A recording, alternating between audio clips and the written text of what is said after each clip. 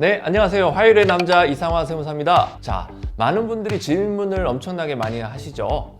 감액배당에 대해서 아시나요? 이게 오늘의 이제 주제가 되는 부분인데요. 감액배당이 뭔지에 대해서 오늘 좀 짚어보려고 하는 부분이 있고, 많은 분들이 질문을 하십니다. 해도 괜찮나요? 네, 거기에 대한 부분도 오늘 영상을 끝까지 보시면은 해도 괜찮은지, 하면 안 되는지 이 부분에 대해서 알 수 있을 거라고 생각을 하면서 들어가 보도록 하겠습니다.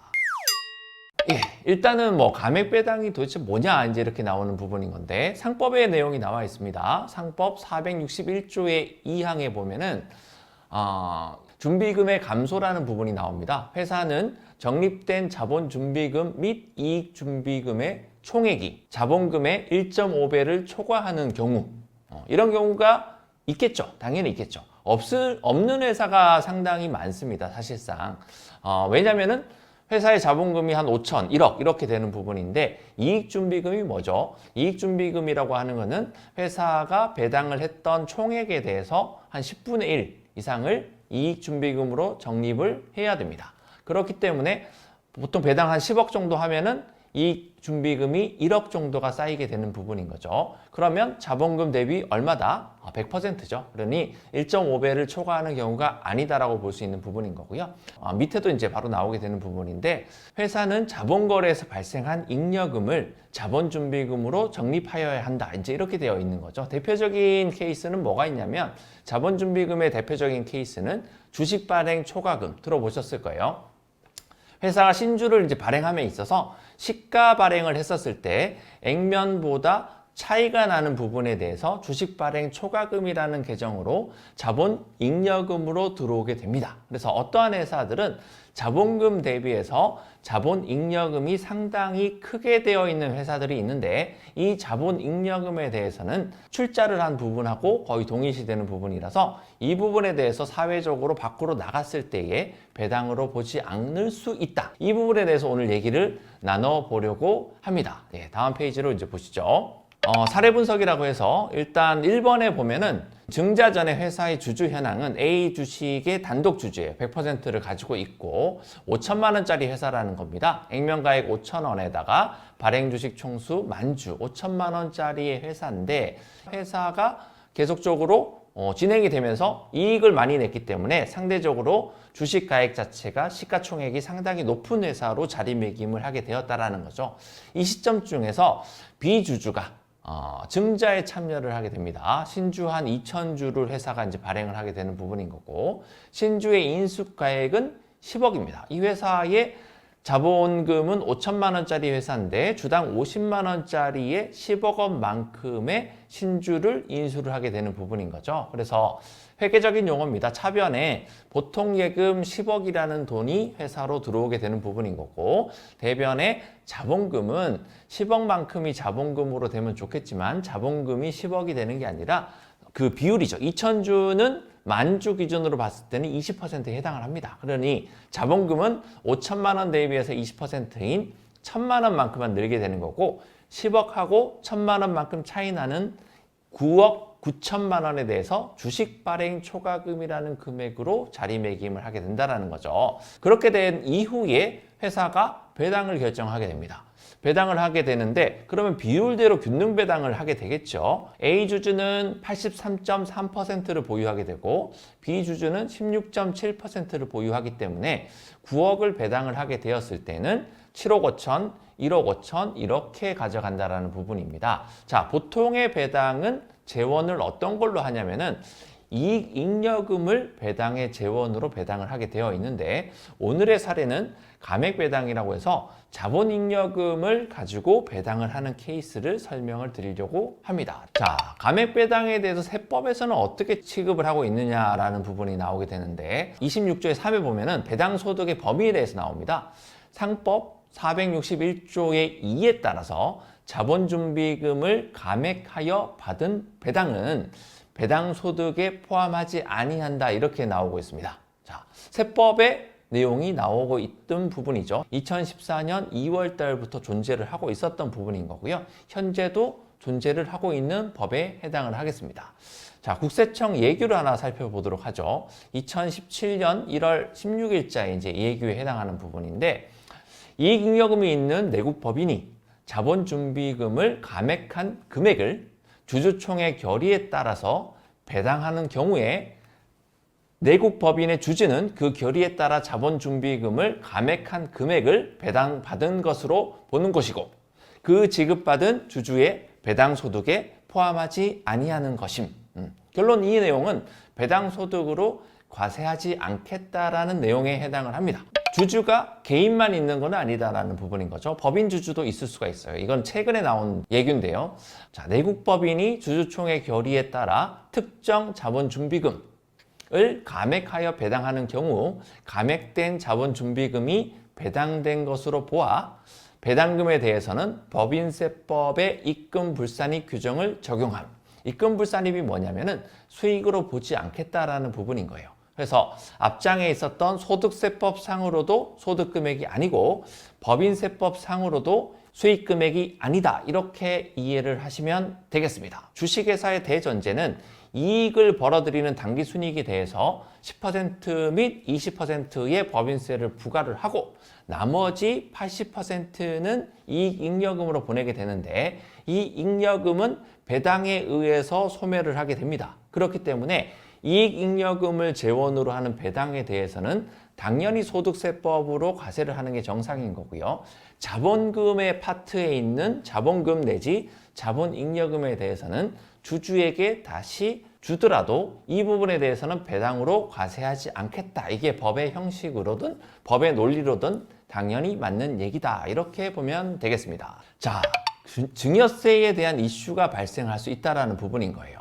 저 앞 페이지를 이제 보셨을 때에 회사의 86%, 뭐 16% 이렇게 주식을 가지고 있는 주주들이 있었는데 이 자본잉여금을 재원으로 배당을 해버리게 되면은 기존 주주도 상당히 많은 83%에 되는 배당금을 받아갈 수가 있다는 부분인 거예요. 그러면 후발주자로 들어왔던 그분이 자본잉여금을 막대하게 내놓은 9억 9천을 이 기존의 주주하고 새로 들어온 주주하고 비율을 83대 16%로 나눠 가진다라는 부분에 해당을 하죠. 그렇기 때문에 증여 이슈가 발생을 할 수가 있습니다. 우리나라의 상속증여세법은 완전 포괄주의를 채택하고 있습니다. 완전 포괄주의가 뭐냐면은 법에서 열거하고 있는 증여나 상속이나 이렇게 열거되어 있는 부분이 아니라 하더라도 경제적 이익 자체가 A에서 B로 넘어가게 되면은 B는 그만큼을 증여를 받았다라고 보는 거예요. 그렇기 때문에 과세를 할 수 있다. 이게 완전 포괄주의입니다. 자, 근데 대법원은 어떻게 이제 해석을 하고 있는 부분이 있냐면은 납세자의 예측 가능성을 들고 있습니다. 납세배당을 이제 예시를 한번 들어보면은 감액배당을 받았기 때문에 A 주주는 B 주주로부터 증여를 받은 거다라고 볼 수도 있는 여지는 있습니다만은 이 부분에 대해서 경제적인 이익 자체가 이쪽으로 넘어갔기 때문에 증여다라고 과세하기에는 상당히 예측 가능성을 침해할 수 있다라는 부분이 있습니다. 그래서 대법원이 2015년 이제 10월 15일 날 다른 케이스에 해당하는 부분에 해당을 하는데 어찌됐든 국세청이 패한 사건이 있었다라는 부분인 거죠. 그러니 감액배당에 대해서 증여세를 과세할 수 있다 없다에 대한 부분도 사실상 물음표가 쳐지는 퀘스천 마크에 해당을 하게 될 수가 있습니다. 이 부분에 대해서 마지막 장에서 정리를 한번 하고 들어가도록 하겠습니다. 자, 그러면 감액배당을 할 때에 이게 가능하냐 안 하냐, 배당소득이냐 아니냐, 여기에 대해서는 아까도 말씀드렸다시피 배당소득이 아닙니다. 과세를 할 수 없다 이렇게 보는 부분인 거죠. 그런데 유의해야 될 부분은 충분히 있다라는 부분인 거죠. 첫 번째는 감액배당에 활용할 수 있는 재원이 충분한지를 확인을 해야 됩니다. 모든 회사가 다 할 수 있다 이렇게 되지는 않는다라는 거죠. 자본잉여금이 많은 회사는 그렇게 많지가 않습니다. 그렇기 때문에 감자 차익이라든지 자본잉여금 주식 발행 초과금이라든지 이 부분에서 충분하게 회사가 보유하고 있는지도 보셔야 되는 부분이 있고요. 두 번째는 자본잉여금을 증가시키기 위해서 증자를 하는 경우에 이 시가 산정의 이슈에 대한 부분이 문제가 될 수가 있습니다. 과도한 주식 발행 초과금을 적립하기 위해서 시가보다 높게 인수가액을 설정하는 경우가 있을 수도 있는 거고요. 그리고 이 증자하는 경우에 따라서 불균등 증자를 하게 되었을 때 증여세 이슈는 당연하게 발생할 수 있는 부분인 거고요. 여기서 한 발 조금 더 나아가서 좀 걱정되는 부분이 있습니다. 뭐냐면은 이익 소각의 사례에서 최근에 문제가 되는 사례처럼 인위적인 방법으로 배우자한테 증여를 통해서 그 이후에 소각을 했었을 때 과세당국에서 이렇게 묻는다는 거죠. 왜 너 혼자 그냥 소각을 하면 되지? 굳이 배우자한테 한번 증여를 했다가 소각을 하는 이유가 뭐야? 그렇기 때문에 거기에 대한 정당성을 너가 댈 수 없기 때문에 이거에 대해서는 인정할 수 없어. 이게 이익 소각에 나왔잖아요. 이 감액배당도 마찬가지예요. 감액배당을 하기 위해서 과도한 주식 발행 초과금을 산정을 시킨 다음에 또 때마침 이 주식 발행 초과금의 단초를 제공하는 이 주주가 아버지나 어머니거나 배우자거나 자기의 가족이 될 가능성이 상당히 높다라는 부분인 거예요. 그렇기 때문에 이 부분에 대해서 국세청이 또 증여세를 과세를 시키기 위해서 뭔가를 만지작 할 가능성이 있을 수 있다라는 부분에 가능성을 열어두셔야 된다는 부분입니다. 자, 세 번째도 보시게 되면은 증자에 따른 지분 구조의 변동의 이슈가 될 수가 있다는 거예요. 회사의 주식 가치가 높지 않음에도 무리하게 증자를 하는 경우에는 증자 참여자의 지분율이 과도하게 높아지는 문제가 발생할 수가 있어요. 그래서 그 증여 참여자가 사실 어떤 나와 특수관계자에 따라 가지고 이 이후에 벌어질 만한 문제들이 어떻게 된다라고 얘기를 드릴 수 있는데 이것도 회사마다 케이스 바이 케이스이기 때문에 특정해서 말씀을 드릴 수는 없겠지만은 어찌됐든 지분 구조가 내가 생각했던 구조하고 달라짐으로써 나중에 리스크는 분명히 가지고 있다. 이렇게 보시면 될 것 같고요. 마지막에 이제 네 번째로 보시게 되면은 증자에 참여하시는 분들이 대다수가 부모님이에요. 그러다 보니 이분이 회사 증자에 참여를 해서 주주가 되기는 됐지만은 이분의 나이와 건강을 고려해 봤었을 때는 괜한 짓을 한 건 아닌가라는 생각이 들 수가 있다는 거예요. 왜냐하면은 이렇게 들어왔다가 배당이 됐던 나중에 이익잉여금에 대해서 과세를 시키는 과정에서 상속세를 과도하게 가지고 갈 수 있는 그런 어떤 빌미를 제공하는 케이스가 될 수가 있습니다. 자, 많은 분들이 질문을 많이 하십니다. 감액배당이 가능한 거야? 이런 굉장히 원초적인 질문을 하시는 분들이 상당히 많습니다. 근데 그 이유가 왜 그런지를 제가 한번 보니까 어디서 이제 얘기를 들었어요.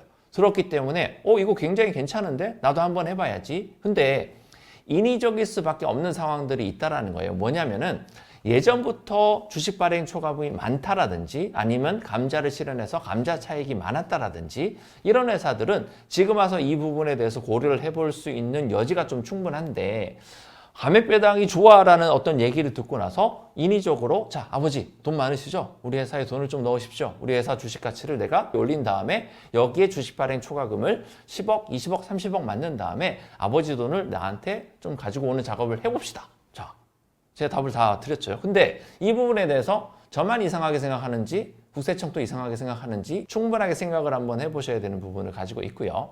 지금은 이 부분에 대해서 많이 일어나지 않고 있어요. 그렇기 때문에 이익 소각도 초반에 나왔을 때는 거의 회사들이 하는 케이스가 없었어요. 그래서 국세청이 그 부분에 대해서 보지 않고 있었죠. 근데 이로부터 한 3년, 4년이 지난 다음에 이익 소각이 한참 세무조사가 많이 진행되지 않습니까? 얘도 마찬가지라는 거예요. 어떤 분들은 결과에 굉장히 집착을 합니다. 그래서 된다는 거야, 안 된다는 거야? 이제 이렇게 물어보시는 분이 있는데 과정이 중요하다는 부분인 거예요. 아까도 첫 시간에 바로 얘기를 드렸잖아요. 가능하다. 근데 이 부분에 대해서 결국에는 3년 정도 지났을 때 국세청이 어떻게 바라보는지에 대해서는 과세권이 5년이잖아요. 그러면 증여는 사실상 훨씬 더 길고요. 그러니 최소한 5년 정도 이후까지 사후관리가 될 수는 어떻게 되는지 세법 개정이 어떻게 되는지 앞으로 국세청은 어떻게 바라보는지 내가 그걸 어떻게 알아? 그렇죠? 그렇기 때문에 이런 부분에 대해서 어떻게 할 건지 심도 깊게 고민을 하고 의뢰하시고 거기에 대한 의심을 상당히 많이 해볼 필요가 있다라는 부분에서 말씀을 드리는 부분입니다. 오늘 또 감액배당에 대해서 준비를 해봤는데요. 다음 주에도 또 신선한 주제를 가지고 여러분들을 찾아뵙도록 하겠습니다. 이상화 세무사였습니다. 감사합니다.